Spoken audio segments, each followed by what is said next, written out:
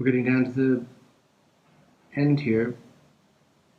Definitely the deadline. The finish line. And kind of maybe the one part of the process that a lot of people seem to be interested in. This is the digital part. This is the part that I talk a lot about the process. People come into the gallery, the studio, and I can show them a lot of, how I work. But this is the one part that I don't really show because it's, I don't like opening the computer, and this is kind of an intimate space. So we're going to jump into the digital realm, kind of like Tron. The next video, or we'll edit this video to kind of jump into the screen itself. But before we do, I'm just going to set it up a little bit. I got my computer open, I've got a file open, I'll talk more about that, and I've got my tablet, so that's where we do a lot of that.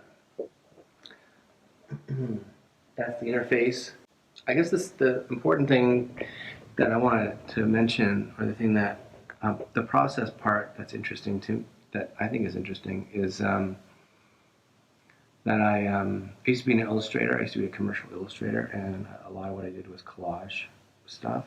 And then I got into film production design, art directing, production design, and got away from painting and drawing. Not drawing, but finishing illustrations. I would do a lot of drawing, communicate a lot with a pen and pencil or whatever, but never got a chance to, or rarely got a chance to finish work as a production designer working in film. It's a lot of hours.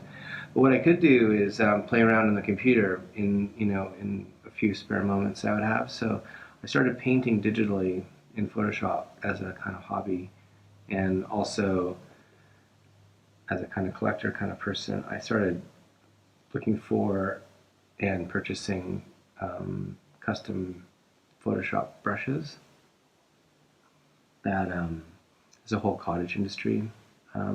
Programmers are making brushes, digital brushes for Photoshop that emulate watercolor and palette knives and all that fun stuff. So I was playing around with a lot of that stuff while I was, 20 years in film, 25 years. And I knew that when I got back into the studio and could finish a painting, I wanted to be able to bring some of this stuff with me, some of the techniques that I was using.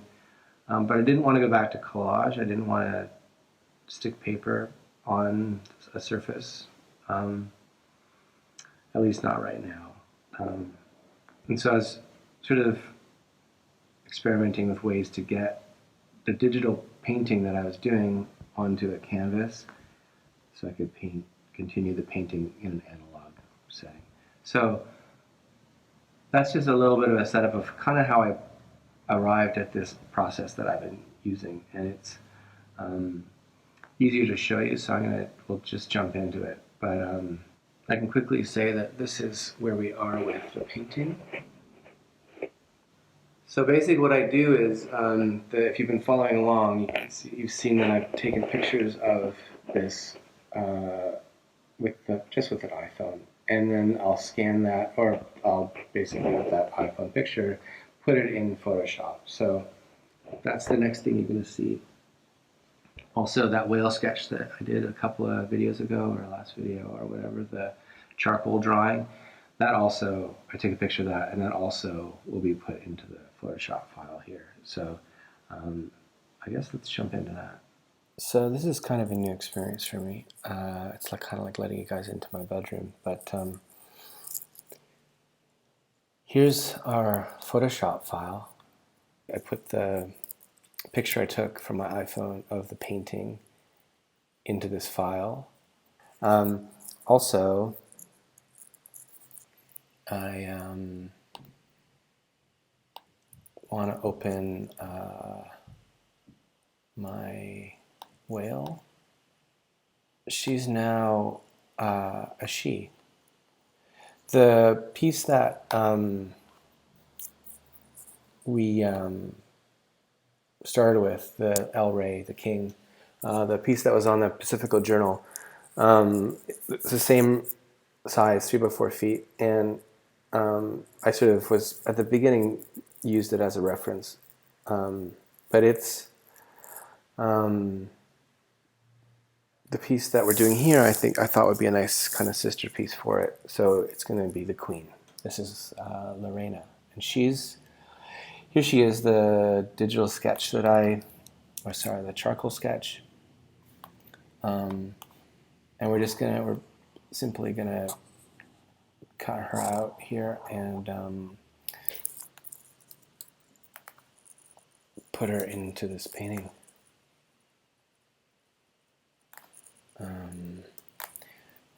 It's kind of as basic as that. We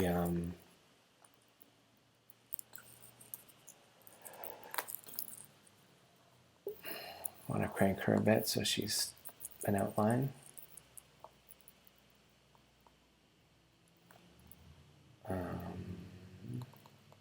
Somewhere in there. And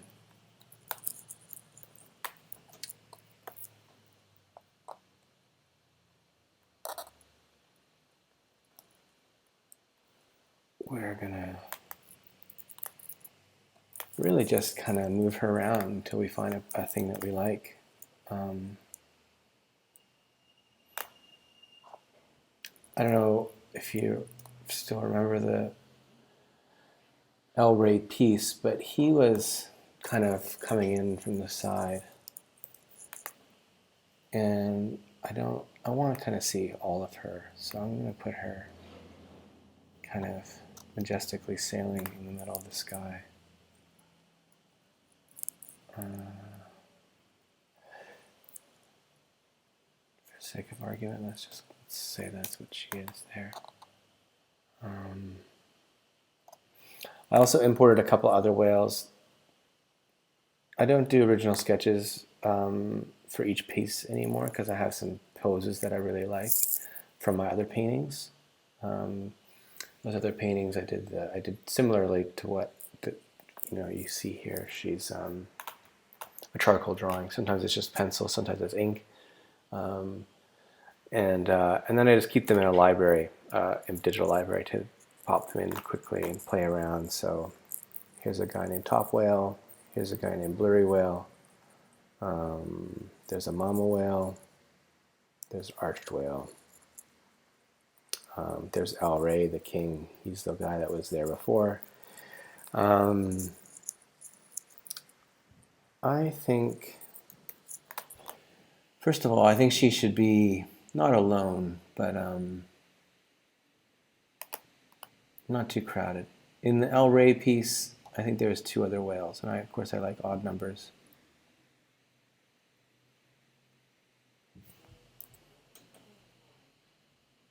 So I'm thinking, well, let's go with that for now. And for sake of argument, let's put Blurry Whale down there.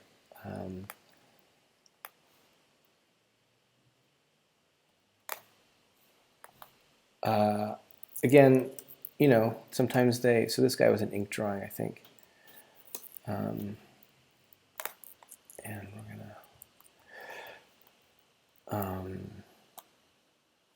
gonna, this is all about composition at this point.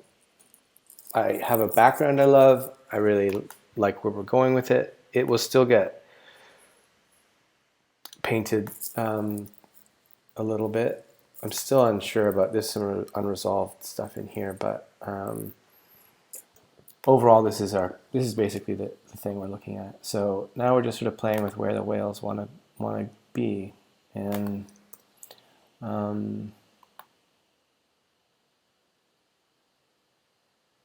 2 whales might be actually all we need. Maybe we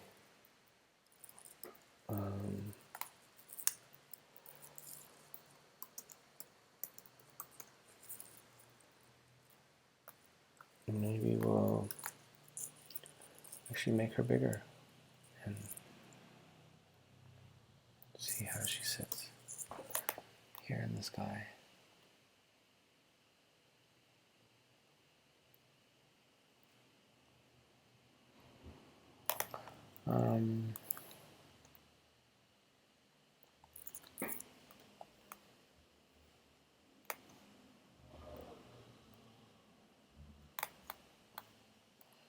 Here's another ink. This is a mixed charcoal ink drawing. This is from a previous painting. So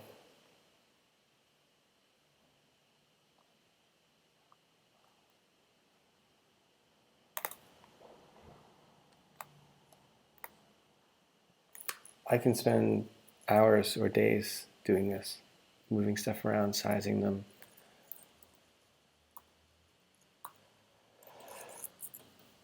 But I think, you know, usually the gut reaction is the one. It's all about the queen for this one. So there she is. Maybe that's her partner El Rey in the background, or maybe just an old friend following her in the sky. I kind of like that the way it is. So we're going to save it. So, and this is where also I can sort of fill her in. Like this guy was an ink drawing, was an ink wash. You can kind of see India ink brush. I don't know that I did much to him digitally, but he transfers really well. I always call him Blurry Whale because he's a good background kind of whale. But for the foreground, I like the texture to be a little more extreme like this, a little more crunchy. So, you know, I've got a bunch of brushes here. And basically what I'm going to do is just maybe fill her in a little bit. Not too much because I quite like the charcoal drawing, but you can see I've got a brush here.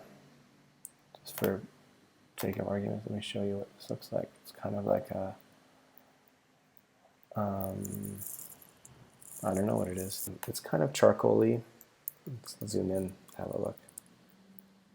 You know, it does this kind of odd, kind of cool texture thing, almost oil pastel like, and it goes really well with the charcoal. So hence, but like I said, you don't really need that much. And again, if it gets too black at this stage, too much dark area, it when it prints out, it gets kind of splotchy. So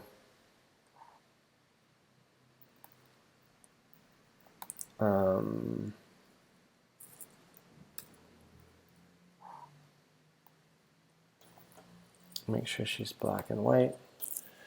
Yeah, you know, I kind of like the way this is looking. I don't want to, I'm going to add a little bit.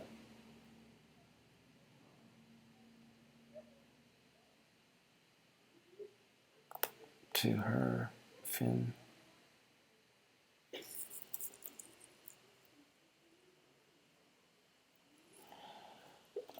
When it prints out, I need more of a line drawing anyway, so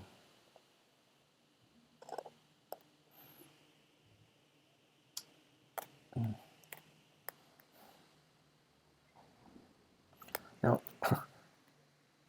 maybe there's not much to show you here. This might be about what we're talking about. I really like this pose that I did in this quick sketch. Kind of captured her. I wonder if maybe she's a little fat. Maybe she needs to be stretched her out a little bit. And these are all the great things you can do digitally, right? So, and one of the reasons why I do it this way is because if I was drawing her out, you know, it worked out pretty well with the charcoal, you know, and I could easily do that on, I mean, I say easily, on the painting itself, but actually if I screw it up, I'm having to paint over it on the painting, and then I'm losing some of this background that I've kind of worked hard to get where I want it. So the background can stay where it is. I can work out the composition here digitally. I can add digital texture, painting texture,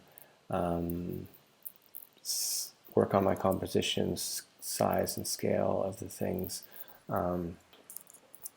Here's another thing maybe that we'll do. I brought in some birds. These are from also a previous painting. Might be fun for scale. We'll bring them in just to check it out. See what that looks like.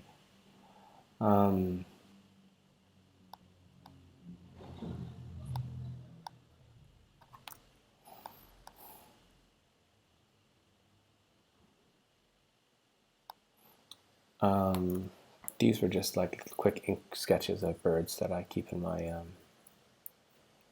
files. And yeah, I think that's it.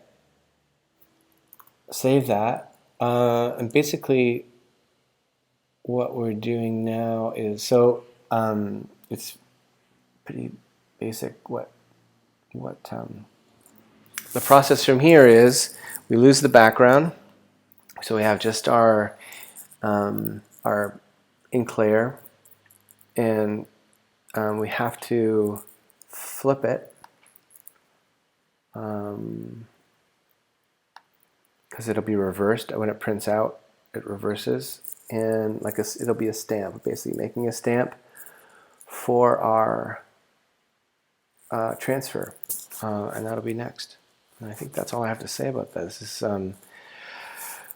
I wish there was more stuff to do, but I'm really happy with this sketch, so I'm not going to fuck with it in the digital realm this time. But there we go.